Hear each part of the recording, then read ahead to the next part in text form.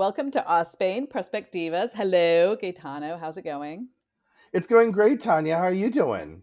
I'm doing okay. We have a fun interview today That we with, do. we do, right? And with, not only fun, it's actually very informative, I gather to say. it is extremely informative if you are interested in either meat or opening a business in Valencia or Spain, or maybe even Europe. I don't know. Right. We're interviewing Kenneth from Bistec, which is a Argentinian meat store here in Valencia, and he gives us lots of information on how to open businesses, or not how to open business, how he did it, so we can learn from him. But Yes. first, do you But have first, an Spain for us? I do. And it's an It Spain. is. We love those. So the girls and I went to go see Hamnet at the movie theater, and I Woo-hoo. will recommend anyone to go see that movie because it was amazing. And don't wait for it streaming. There you go. There's my Okay. plug. Not non-paid plug, everyone. Just so you know, this is real information here. Mm-hmm. But we went to the theater and on a Saturday, and by Monday, I realized I didn't have my baseball cap that I had worn that evening to brave the winter tundra. Okay. Wait, a baseball And cap? yeah, How does that help? well, when you have a bald head, any covering Okay, helps. semi coverage. And I'm not going to mention the fact that it took you 2 days to realize that you had left it. Well, I hadn't left the house since then, so there was no reason for me to look for it. Okay. So I was Right. taking the girls to the bus stop, and I was like, "Where's my hat? Where's my hat?" Searched all over, couldn't find it. And then I was like, "I wonder if I left it at the movie theater."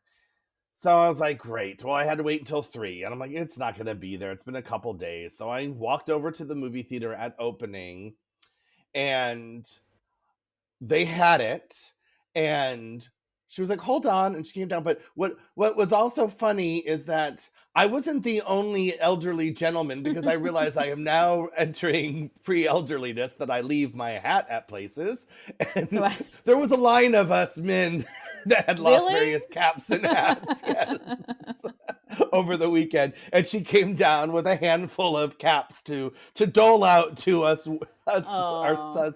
us sad souls. So it wasn't just baseball caps, because I was going to be rude about the fact that maybe nobody wanted a baseball cap here, so therefore it was still there. But it was an array of different hats, maybe? Yes, there was like woolen tams, Oh, like okay. the Spaniards wear, Okay. that very typical English hat. There was those, yeah. So That's lovely. it was an Ospain, because I don't know if back in Los Angeles I could have gone back days later and found my hat, and it was my Olympics baseball cap, so it was a special Oh, one. It it's a wasn't special like one. it was like, Yeah. oh, I wear that one all the time. It's a happy joy memory. You never So know. Yeah. Well, that's lovely. I like that. yeah, yeah. And how have you been this week? Do you have any things you want to share before we go right into this interview? No, I finally have my office set up. I guess that could be something, but it's taken months because it had been the dumping ground for all of our boxes when we moved. So I'm Mm-hmm. actually right now sitting at a desk. At a desk. What? With with What? a proper chair. Now, can I share with our audience that now that the your transitional days of movings and Airbnbs and all that stuff is over, what people don't realize is that there was at one point in one of your Airbnbs that Tanya was recording in a closet because the echo was so bad. Yes, I was on the floor in the closet. Yes. It was the best spot in the house, but it's like when it's not your place, you can't be like adjusting things for Right. podcasting. And well, closets are known for that, I suppose. But now, yeah, it's very exciting to finally have this room sort of sorted. So, yeah, And it's the question exciting. also remains that I have to ask, because we haven't been invited. So when are we coming in for your housewarming? When do I we get to mean, bring you a potted plant or when something? they stopped doing festivals, we've had Well, festivals like every week. we want to come for a festival. Uh, well, I mean, for those of you that have pets, you will appreciate that the festivals right now, our dog does not like any of the firecrackers and the Ah, fireworks and yeah. stuff that go on for everything. So every festival has been a bit stressful trying to get her to calm down and all this. And we're trying multiple things, and we have a trainer that's helping us. And but it's not something that gets fixed overnight, but they No, will do no. fireworks every single weekend, and then every little bit in between. And I'm coming up to Fallas, so I'm trying to, with all these little festivals, kind of getting her a little better and a little better, hopefully, so that by the time Fallas comes, we don't have to just split and go somewhere Right. else. So It'll be interesting your perspective. I mean, this is pre-episode chatter for Mhm. coming up. Is we've already done a FIAS episode last year, so we're not going to rehash old stuff, but we're going to bring in new stuff in the Yeah. future. So it'll be interesting to see how FIAS is done in your new village closer to the Yeah, because city, we right? were actually here during COVID, right after COVID, but they weren't doing it. So we have lived in this town during a FIAS, but it was not happening. Mm-hmm. And then when we lived up in the mountains, because we were in a natural like park, like a national park, the the fireworks and all the firecrackers were banned outside of the actual city, the town center, because you couldn't just Mm-hmm. set, we have wildfire problems here too, Right. so they don't allow that. So that was actually wonderfully peaceful to be up there because people just Right. couldn't do that, and they didn't. It was, they follow the rules. So Right. there wasn't going on. So yeah, this will be a very different experience for us to be in a town with it all going on. Well, I can't wait to see what kind of statues they Yeah, build in your town. If they're similar to the ones here, if they use a different I think artist, artists or artistry, or different thing. Because we've talked about how they are very similar. The statues, even they're all different. they will. No, The it'll be the same. Yeah. Yeah, it'll be the same. You think? Yeah, I Oh, think well, it we'll has to find be. out. Well, I mean, I have seen them, and in all the places that I've seen them outside of the city, they have the same look that you're The talking about. artistic They're look. built the Yeah. same way. That is a tradition, the way they're built. Well, we talked about this in our episode, I think, from last year, is there are traditions of how it was built and then new ways that they're building and blah blah blah. So I Right. think it'll be, but it's always fun to see what they built, because that is always Right. unique and interesting. And it'll be interesting to see if what their tongue in cheek they're making fun of is more Hmm. local to your town. That's Like, are they going to true, make big right? fun of like Of our your little mayor. local mayor? Yeah. Or the foreigners that came in and don't know what they're doing here. Who knows? Right.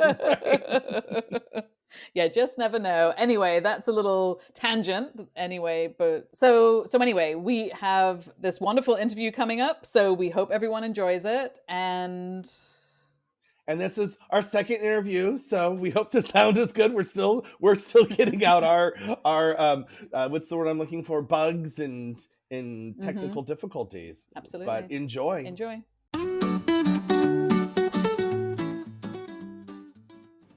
Hi, Kenneth. How are you doing today? Hello, good morning. How are you? Good morning. So Kenneth is our local Argentinian butcher. I guess is that the best way to describe your title? Yes, more like a franchisee, I would say. I mean, I Okay. don't have a butcher. I'm not like a butcher. I was more looking into opening up a business here in Spain when I moved in 5 years ago, and I just happened to fall into this line of business. Not a bad line of business, can I say? You have a beautiful shop, and you are around the corner in the neighborhood that Gaetano lives, not where I live. So I popped in and purchased some of your, I don't know what the exact name for it, but it's like beef hamon, and it was Oh yeah, Cecina. so Yes. good. Yes, Uh-huh. delicious. But you Yeah. do Well, offer a lot more than that. But that was what I chose out of the array of deliciousness that was there. exactly. So Kenneth, And how long have you been in Spain or in Valencia? so I've been in Valencia about 5 years. So I came right after the pandemic, when the pandemic closures in Argentina were like a little bit longer than the rest of the world. They Mm-hmm. kept us locked in a lot more. But basically, as soon as we were able to get out, we moved here. So that was, believe late 2021, early 2022. Mm-hmm. We moved. We moved with the idea of coming straight to Valencia. We had not lived here before. Just to give you a little bit of background, I lived in Madrid when I was a kid. I like did all my teenage years as a kid. I finished high school in Madrid, and Okay. then I moved to Argentina, and I lived in the U.S. for a while, and I lived in Mexico, and different countries. I did an advertising career, so I worked in different agencies, in different countries in the Americas. But I always had like a very strong attachment to Spain, uh, such as so that when I lived in Spain, I got my Spanish nationality back in the day. So I always had that. Um, Nice. Although I hadn't really, after I left high school, I hadn't lived here ever again, and I lived in Madrid. But after the pandemic, me and my wife were kind of like out of business basically because we both had businesses running in Argentina that we had to close down, and we had to think about restarting again. And the social and political situation of Argentina at the time was pretty rough, I would say, to Uh-huh. think about starting a business. And I mean, the whole world was really because it was post-pandemic. But Right. we were back to a reset, and we decided, okay, if we're gonna start again and put a lot of effort into it, and we had just had our daughter, we were like, let's give it a try, and give it a try in Spain, and try to live close to the beach. So we started doing our research, and Barcelona came up, Madrid came up, and eventually we ended up deciding on Valencia because it just, all the check marks were clicking perfectly. I Yes. feel like that's where how a lot of people end up here. They sort of have dreams Exactly. of other places maybe, and then once you start narrowing it down, I think, Uh-huh. yeah. Yeah, it's like a young family, like a good place for a family. It's the cost of living is not as expensive. It's perhaps a little bit more laid back. It's a city that's not over a million in population. I think it's 800,000. And Right. so, if coming from Buenos Aires, this is like a really small city for us. But it was exactly what we were looking for. It is It- a very small city. Did yeah. you like know that you were going to be opening a business here, or did you kind of come here and then sort of think about what you could do? No, I mean, I knew we were coming to Spain with the idea of opening up a franchise. Okay. We didn't really know exactly which one. Of course, I did a lot of research on the subject before arriving Spain, and my mind was fixed on doing something like one of these empanadas Mm. places, Mhm. um, which which was like a really big franchise. It has over 50 stores, in all of Spain. So it was like the classic franchise type situation, like offer that I was looking into. But then when I moved in, I went to check out this store, and it was okay. It was all right. It was kind of what I expected. But then right beside the store, there was a Bistec store, basically. Which is, And that's the name of your store. We haven't mentioned that yet. Yes, So we have. okay, exactly. So Bistec is the store that basically I saw that was right beside this empanadas place, and I was like, wow, that looks like a really cool store. And I've always been a lot into meats. Like I'm always, I like barbecuing, and I knew my fair share of meats and how they're raised and cattle and all that stuff. And so I went into the store and I met the owners, and I told them I had intentions of opening up a business, and we kind of agreed that they were also kind of looking for someone to start off like a franchise type model. and there Mm. and the store you're talking about, it wasn't in Valencia. It was somewhere else. Oh Yeah. no, this was in Madrid. Sorry, yes, this was in Madrid. So Uh, they weren't a franchise yet. They were just like one store that was interested in having more. yes, yes, Great. exactly. Yeah. Um, so it was kind of like a learning experience for both the franchise and the franchisee. Hmm. And, Hmm. so we agreed on doing it, and that's when I moved to Valencia. We were still thinking about coming to Valencia even before this business proposition, but we came to Valencia already knowing what kind of franchise we were looking to open. Okay. So the truth is, we came to Valencia knowing very little about the city. We looked for like a hotel or an Airbnb that would be the cheapest, to be honest. Right. So what we ran into is we went to live in Alfafar, which is not really in the city. It's like about 10 minutes away from the city, Hmm. down Right. south.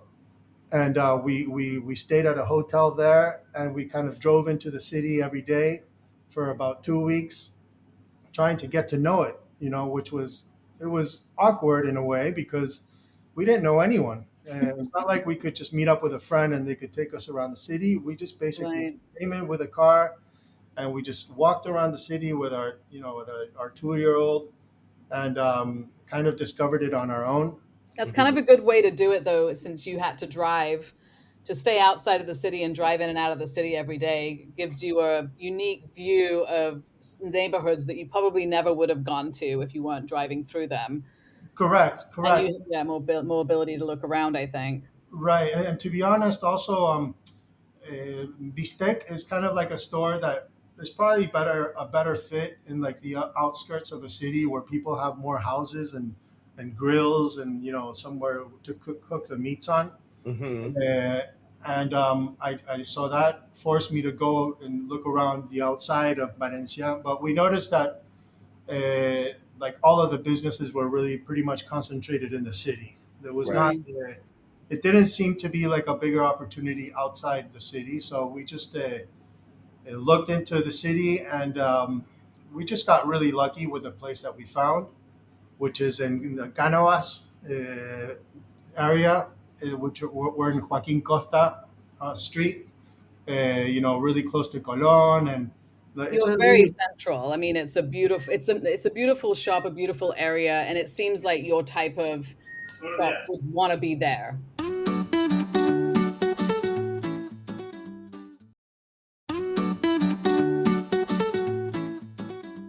So I think what will be great for everybody to know is, first of all, tell us a little bit about all the delicious things that you offer in your shop, and then because that'll entice everyone to Valencia, having been there myself.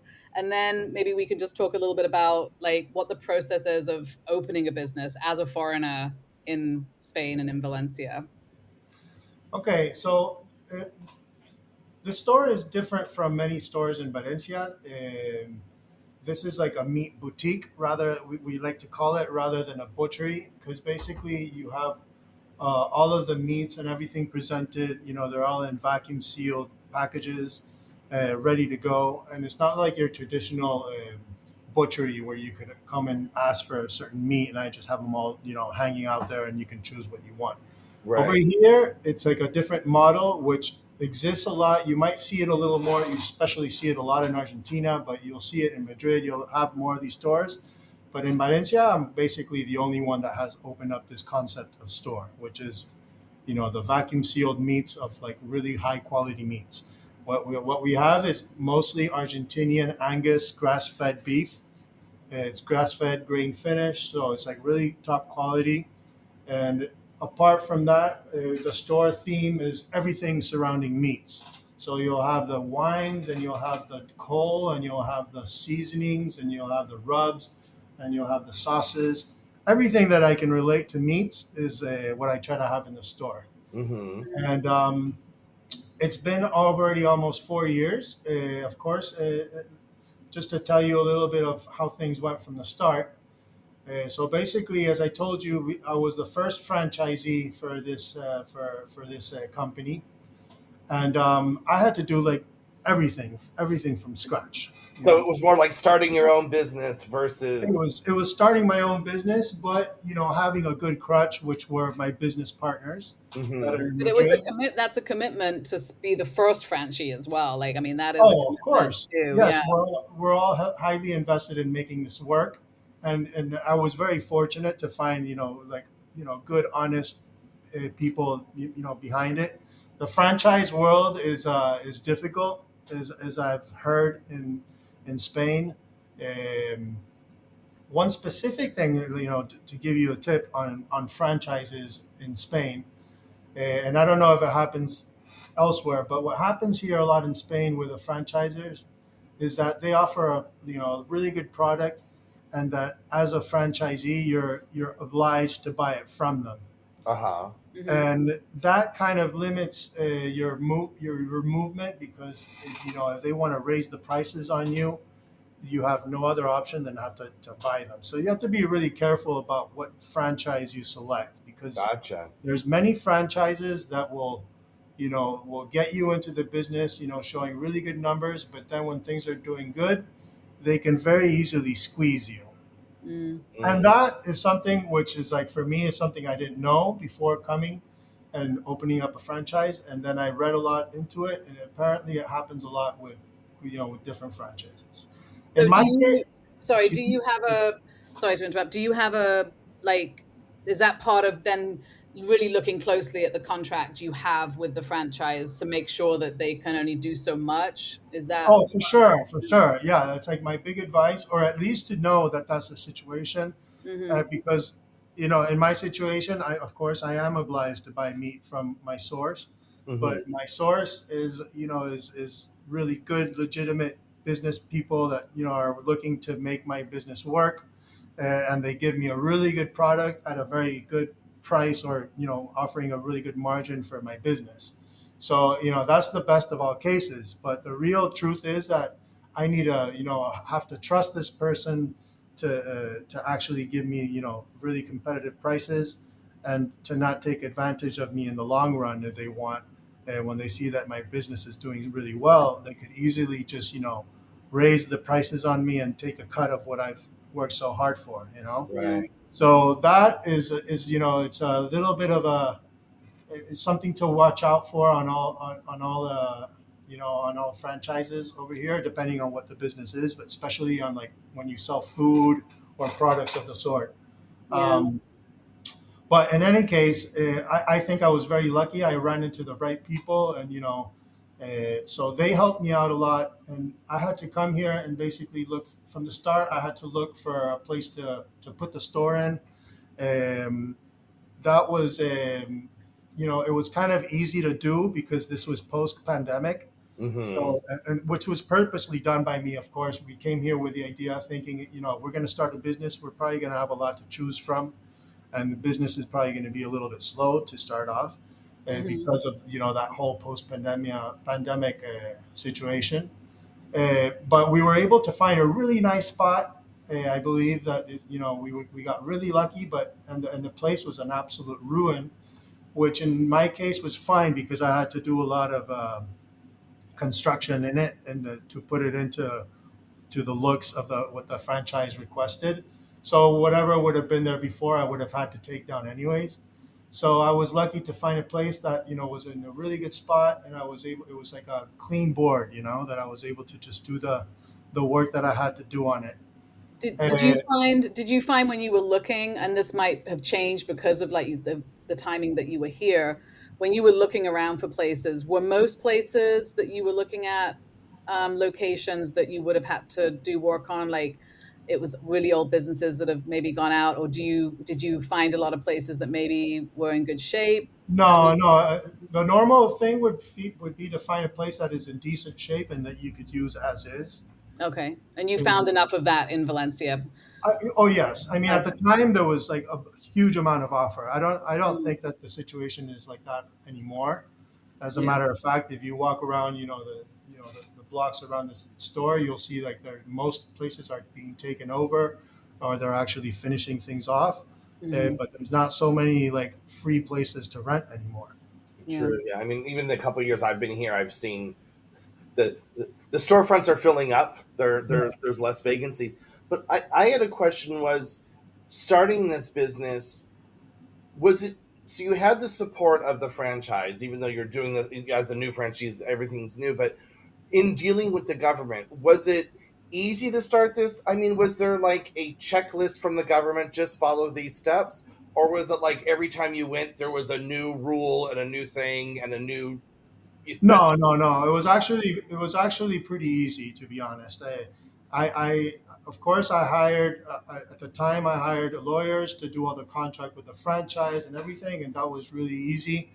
Although I have to admit that I paid more than I should have, because it was I was kind of a bit scared at the Hmm. time, to not fall into the wrong hands. So I paid that extra money, Hmm. and then the construction, or the engineers that actually do the whole plans for the store and everything, they were recommended to me by the franchise.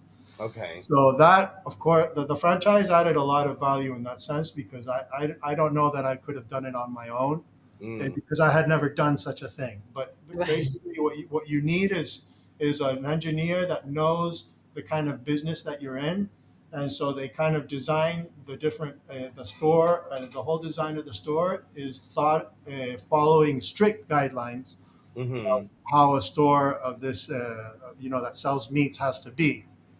So you can't, you have to get the right people to do it, and they have to follow the law basically. And there's many like silly rules, like having to put exit signs where you wouldn't even need one because the store is so small, but you have to have it all done anyway. So there's a lot of rules that you have to follow. But I suppose if anyone that's looking to do this kind of thing would need that kind of specialty job done. Mm-hmm. They, they designed the store meeting all of the standards for the kind of business that you're running. I'm sure like my business is a little bit tougher because I handle foods in here and I handle meats. Right. So there's like a lot of hygiene needed, and and many strict rules in how you store your food and the refrigeration and all that. But it was everything was designed, and thankfully I had the franchise offering up the right people to do the job. And they literally came in from Madrid to do it all. Oh, nice. So Yeah. the other question is, you had already had your Spanish national. You were already a Spanish national from your youth. Mhm. So that, I'm assuming, made the process easier. Do you know any either EU nationals that are not Spanish nationals or foreigners? Have any of that community of people you talk to that how their experience might have been different from yours? I'm assuming yours. Well, I don't know how it would be for not like absolutely like non-European, nationals. I would suppose that it's not as easy, or you would probably have to get some kind of special visa saying you're investing a certain amount of money. I think that there is that possibility. But in the case of being European or Spaniard, Mhm. it's rather easy. I mean, I just the first thing I did when I got in was open up a bank account, which was very simple because I had a passport, and was able to get all of my social security issues working once I opened up the store. If not, you had to pay for it initially. But I opened up what is it? Limited liability, una SL. Right. Like an LLC type Oh, of. Yeah, exactly. Yes, person. Yeah. like an LLC. So as soon as I had that, I was able to get my insurance, and I was basically like employed in a way, and I had all those benefits for me and my family. But of course, I'm sure that being European made things much simpler. Definitely. And I know that, and I have met Italians or Germans that were in the same situation, and they had no issues. I mean, I think you just have like a little extra step if you're Italian that you have to do, like bureaucratic step that you have to do, but it's nothing Nothing mind major. boggling. Yeah. As far as the people that you're hiring, I think people might be surprised how much lawyers are used here for Mhm. everything. So that's obviously something that is good if you have a good recommendation of a good lawyer, not you to give, but if somebody is to do this, make sure you're using someone that's recommended. I'm assuming you also had an accountant that's doing your accounts. Did you have Yes. I, anybody else? Like, what's your team of external people that you needed in order to open your business? Well, I have an accountant. I started off with an accountant in Madrid and the lawyers in Madrid because that's where like I started everything off because that's where I moved in when I just moved in, Mm-hmm. and that's where my sister lived. So I stayed at her house for a little while, and so I got all that solved. But then once, I'm sorry, I forgot your question that you asked. Just what is the team of external Oh, people? the, Like, you the have team. like a lawyer, an accountant. If you had So a I fee had those, structure, but then yeah. once I moved here, I noticed that it was better to have an accountant that actually like lived here and could come to the store, and Mm. so because I worked with the ones in Madrid for about a year, but eventually I worked with one over here, which is like a very well known company. I think it's called Sentia Alliance. It's the company. I think it's a worldwide company, but It's a big basically, firm. yes, it's a pretty well known firm, and he basically does all my numbers and all my taxes and all that. To I'm I'm pretty bad at all that stuff, to be honest. I'm glad I have someone that does it for me and will recommend how to Yeah, go about the stuff. But it's probably like the equivalent of doing taxes in the U.S. Only you can't really do it on your own here because it's it's so it's much. pretty messy. Yeah, you Yeah. need someone to do it for you. I think But it's good advice overall that whenever you open a business, hire people to do the things that you don't know how to do or you don't like to do, Yes. Oh, because there's especially in so that much sense. work anyway. So if you're trying to do things that you don't know how to do, it just makes everything so much harder. Oh yeah, I mean it'll cost you a little more with the lawyers and everything, but they'll walk you through it, and you do have to do, and it also it makes the process much faster as Hmm. well. Mhm. If you like decide to do it on your own, you know, it makes everything longer, and you have to make longer lines, and instead of when you have the people involved, you skip all of that. Yeah. But the bad side of it is that you kind of end up not knowing anything of what you're doing. Right. Doing what people are telling you to do. So then that kind of catches up with you sooner or later. But it does get things solved much faster. Yeah. That's true. Do you have But right any? now, as a team, I have just this company that I work with, and initially I had the engineer that did all the designed the whole store and everything. They also get all the permits. So they also have to go and present the LLC as we talked about, and what kind of business I do, and they have to present exactly like how the whole store will be designed and where the refrigerators will be and everything. It's like a whole big plan that has to be presented, and that I was not a part of. Like they did everything, thankfully. So it sounds And pretty easy. It sounds. You just need cash coming in, but it sounds like it was pretty easy. No, I know I'm actually like making it's not as complicated as it may sound. I mean, that same person did it all, and they kind of do this on a regular basis. But as I tell you, it's because I had a franchise behind me, kind of leading the way. well, that's what I mean. It sounds Not like it would a have been pretty clueless. easy process. That sounds pretty awesome. No, in that, are there any tips of wisdom you have to offer someone who's like, I'm going to move to Spain and open a business? Is there any tips for you? I mean, for them that you have? Uh, I mean, on hindsight, for me in my case, I think I was very lucky. But to find the right place to put the store and everything is kind of essential. Location, location, location. That's really important. I think I got lucky, but I was very close to not getting it right, and I was just tipped off by someone right at the right moment, and I decided to come to this neighborhood. Uh huh. Um, Well, I mean, and I given would your advise trying to business, get to know the place a little more than I did. I was going to say, given your business and what you're selling, I think you are in the perfect neighborhood, right? So this is. Yes, yes. It turned out that yes, and it's also like a good corner because you can basically leave your car parked right in front and just hop on into the store, and it's a street that's really wide. So like I get many clients that come with a car, and that's also a plus. And Nice. double, triple parking. To be clear, I don't think there's parking spots necessarily outside Oh of your. no, no, no. There's double But triple in parking. Spain, in Yeah, Valencia, it is perfectly normal to double, triple park your car because we have these big kind of roundabout areas without the roundabout in the Well, middle. it's the You have to intersections. do Our that. intersections are parking lots. They're They are huge. parking lots, and you can, yes, and it's totally fine. And the police will just drive by your car. It's got the blinkers on. You can pop in, chat with Kenneth, pick some exactly. meats, and still get back to your car and be totally fine. As a driver driving in Valencia, I know this, and it does. You're absolutely right. It's not Yeah, like you're getting a parking spot in your you're neighborhood. not gonna find a parking spot. You're gonna learn really quick because you're not gonna find a parking spot. So you're gonna have to learn just to double park. Yes, and it's perfectly fine to do that. So if you do swing by the shop, just do that. Yeah, yeah. So I guess since you've been here for 5 years, I guess we should ask the question because we like to ask. It's what Tanya and I keep talking about our show, and Mhm. what we'd ask people is, so you've been here 5 years. What have you noticed that has changed? What is your take on from when you arrived to now? Oh, wow. Well, I think we're seeing a lot of people come to Valencia constantly, constantly.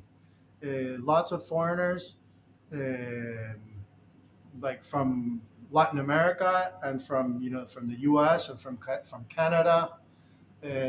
You just it's amazing to see how many people. Maybe it's also that this one neighborhood is a foreigner favorite as well, I Hmm. suppose. Mhm. But you're seeing a lot of them come in, and I welcome it. It's great. It's a really nice atmosphere of, of different expats. I got a lot of expat clients that, share their experience with them. And I would say that 99% of the cases, everyone's super happy with the move of coming here, Yeah. as am I, it's a kind of strange, the amount of people that are in your same situation, it does Right. feel like it's a place where so many people are coming in. I know some Valencians. I know some Valencians have an issue with that, with the gentrification of the city. But I have a more positive and open view about it, because I think it's making the place a better place. Right, right. Fantastic. My theory is because people complain, and it is, the prices are getting very expensive and doubling in a very short amount of time, and there is a valid complaint to that. I think it's a problem that happens in a lot of places. Right. Around the world, really. Yeah, but I think, I mean, I've been here the same amount of time. We moved in 2020, and a lot of the changes for me have been the difference between being here during COVID and post-COVID and everything coming back to life after. So it is nice to see everything just flourishing and businesses like yours popping up and having a more eclectic kind of business and restaurant environment, I think. And businesses like yours really, I think, are crucial to that happening. I think as we wrap up this, is there anything about your business or anything in particular that you want to just mention the name of your shop again, obviously? So my store is Bistec Valencia. We're on Joaquin Costa and Borriana, Joaquin Costa 30.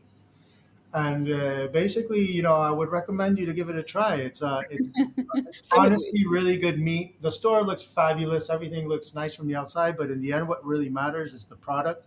Mhm. And I can stand behind my product. It's actually it's really good meat, and I get constant comments about it. So you gotta take advantage of it Absolutely. while it's still a secret.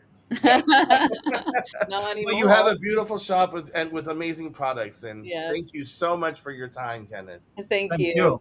Thank you. Appreciate it. Sure. All right. Bye. Bye-bye. Ciao. Well, Tanya, that was a successful interview, I think. That was amazing. I mean, I do love his store. I've only been there a couple of times, and it is amazing. So I would definitely recommend everybody go down there if they can.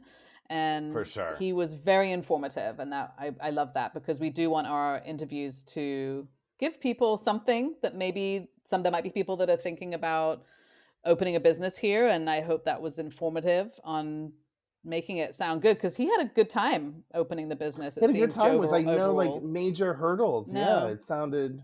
I mean, I think it's getting my juices flowing. What's the business I'm going to What start? business?